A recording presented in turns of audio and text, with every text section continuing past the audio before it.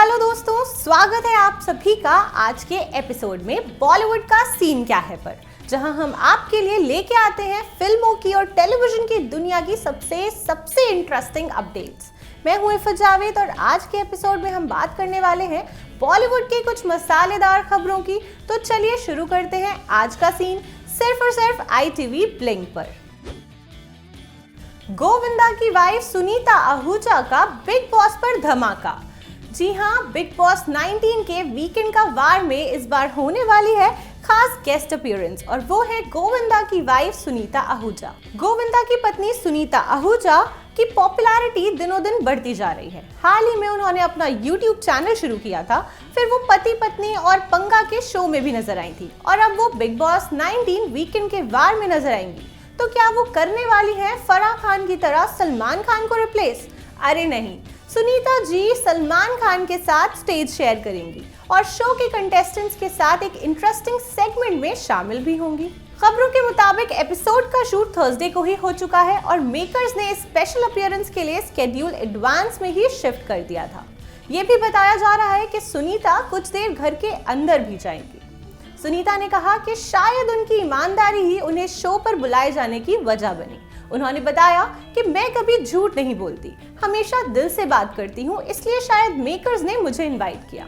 उन्होंने ये भी कहा कि जहाँ जहाँ मैं गई हूँ वहाँ TRP बढ़ी है और मुझे उम्मीद है कि यहाँ भी ऐसा ही होगा।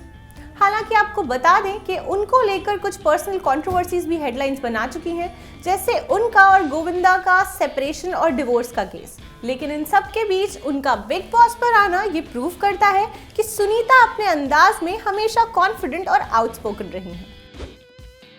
रेमो डिसूजा लेकर आ रहे हैं एक्शन ड्रामा डोंगरी गैंगस्टर पैराडाइज। जी हाँ, बॉलीवुड के मशहूर कोरियोग्राफर और फिल्म मेकर रेमो डिसूजा अब डांस से थोड़ा ब्रेक लेकर एक्शन की दुनिया में कदम रख रहे हैं।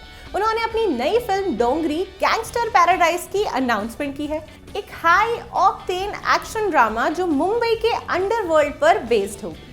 फिल्म को संदीप सिंह और विशाल गुरनानी प्रोड्यूस कर रहे हैं और को प्रोड्यूसर्स हैं जूही पारेख मेहता, विकी जैन और golden R productions. Music duo Sachin Jigar इस फिल्म का म्यूजिक कंपोज कर रहे हैं और रिलीज डेट ऑलरेडी अनाउंस हो चुकी है 9 अक्टूबर 2026।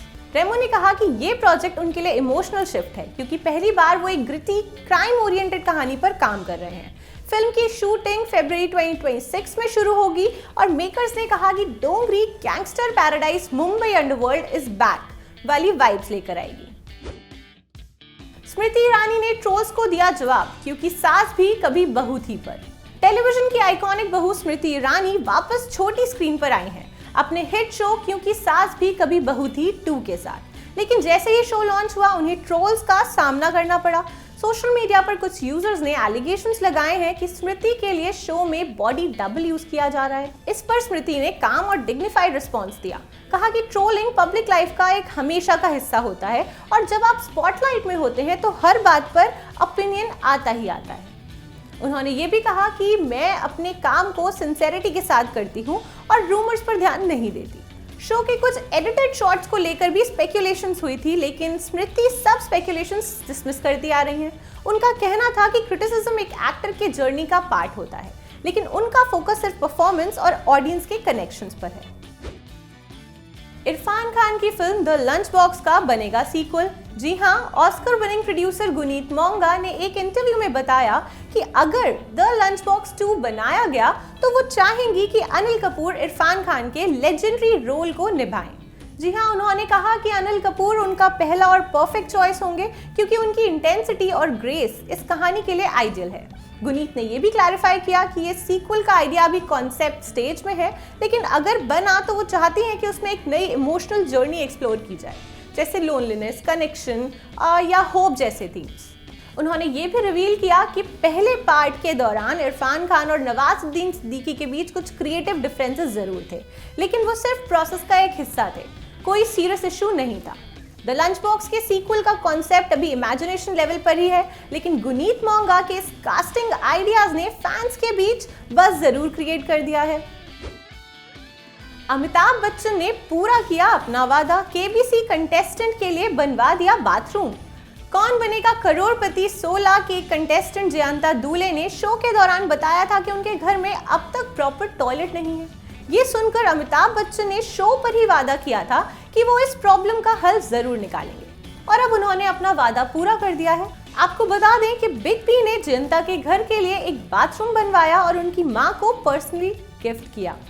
ये जेस्चर सिर्फ एक फैसिलिटी नहीं है बल्कि एक इज्जत और कंफर्ट का सिंबल है उस फैमिली के लिए जो एक प्रॉब्लम से गुजर रही थी। रिपोर्ट्स के मुताबिक कंस्ट्रक्शन के लिए लगभग 2 लाख रुपए खर्च हुए और पूरा काम बिग बी ने अपने पर्सनल इनिशिएटिव के अंडर कराया।